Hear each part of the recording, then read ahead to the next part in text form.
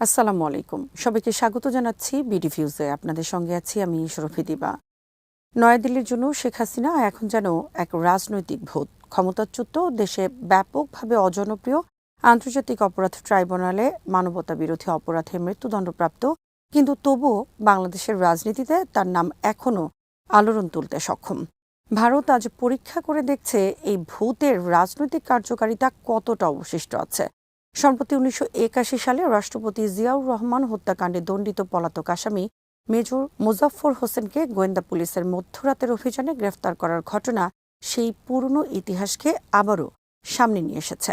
৪ দশকেরও বেশি সময় সামরিক আদালতের সাজা এড়িয়ে ভারতের আশ্রয়ে থাকা এই ব্যক্তির গ্রেফতার কেবল একটি বিচারিক অধ্যায়ের সমাপ্তি নয়, এটি বাংলাদেশের রাজনৈতিক ইতিহাসের বহুদিনের বিতর্ক, সন্দেহ ও ভূরাজনৈতিক বাস্তবতাকে নতুন করে আলোচনায় নিয়ে এসেছে। রাজনৈতিক মুস্তাইন জহিরের বিশ্লেষণ থেকে আরও জানাচ্ছেন ওয়াহিদ ফারুকী।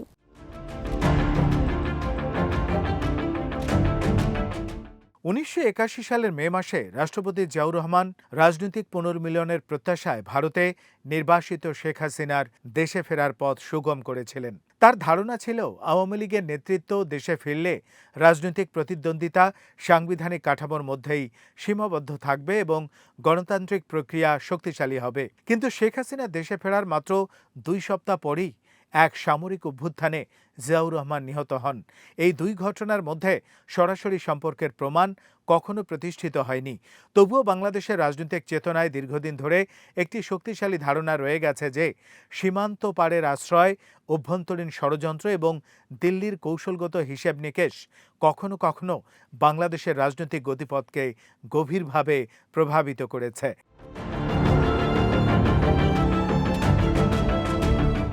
প্রায় ৪৫ বছর পর ইতিহাস যেন এক ভিন্ন রূপে ফিরে এসেছে।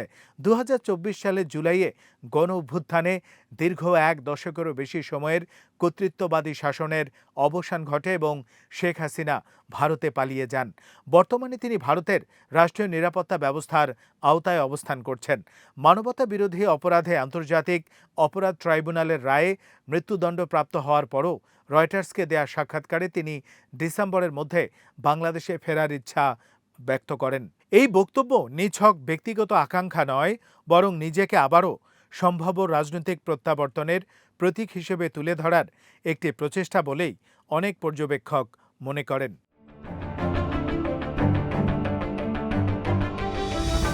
তবে বাস্তবতা হচ্ছে শেখ হাসিনার রাজনৈতিক প্রত্যাবর্তনের সম্ভাবনা অত্যন্ত সীমিত।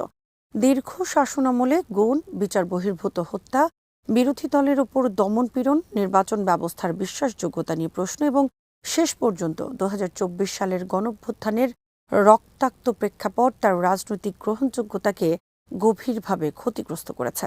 ফলে দেশে তার প্রত্যাবর্তন কেবল আইনগতভাবেই জটিল নয়, রাজনৈতিকভাবেও অত্যন্ত কঠিন।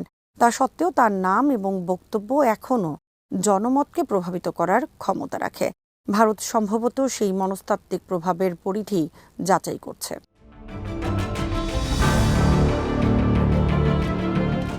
এই প্রেক্ষাপটে বিএনপিও একটি জটিল রাজনৈতিক সমীকরণের মুখোমুখি।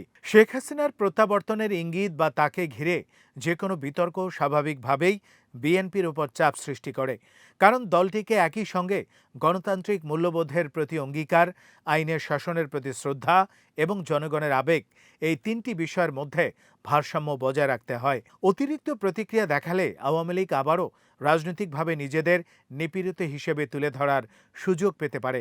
আবার নীরব দর্শক থাকলেও সমর্থকদের একাংশের মধ্যে অসন্তোষ তৈরি হতে পারে।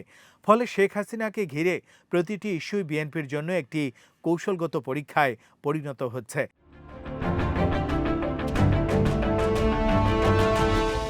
অন্যদিকে ভারতের জন্য পরিস্থিতি সহজ নয়। গত ১.৫ দশক ধরে বাংলাদেশের সঙ্গে দিল্লির সম্পর্ক অনেকাংশেই শেখ হাসিনা কেন্দ্রিক ছিল। নিরাপত্তা সহযোগিতা, সীমান্ত ব্যবস্থাপনা, বিচ্ছিন্নতাবাদ বিরোধী সমন্বয় এবং আঞ্চলিক সংযোগের মতো গুরুত্বপূর্ণ বিষয়গুলোতে ভারত তার সরকারের উপর নির্ভরশীল ছিল। কিন্তু ক্ষমতার পরিবর্তনের পর সেই কাঠামো ভেঙে গেছে। ফলে ভারত এখন এমন একটি বিকল্প কৌশল খুঁজছে যার মাধ্যমে শেখ হাসিনা পরবর্তী বাংলাদেশের সঙ্গে সম্পর্ক বজায় রাখা সম্ভব হবে।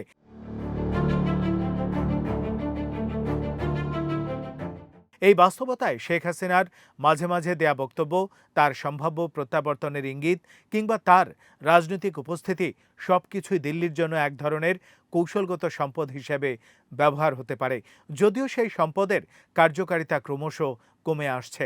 মেজর জেনারেল অবসরপ্রাপ্ত মোজাফফর হোসেনের গ্রেপ্তারও এই বৃহত্তর প্রেক্ষাপট থেকে বিচ্ছিন্ন নয়। 4 দশকের বেশি সময় ভারতে আশ্রয় থাকার পর তার দেশে ফিরে আসা এবং গ্রেপ্তার হওয়া অতীতের অসমাপ্ত প্রশ্নগুলোকে আবার সামনে নিয়ে এসেছে। এটি একই সঙ্গে স্মরণ করিয়ে দেয় যে বাংলাদেশ ভারত সম্পর্কের ইতিহাসে সীমান্তের ওপারে রাজনৈতিক আশ্রয়, নিরাপত্তা ও বিচার বিষয়ক ইস্যুগুলো বহুবার দুই দেশের অভ্যন্তরীণ রাজনীতির সঙ্গে জড়িয়ে গেছে।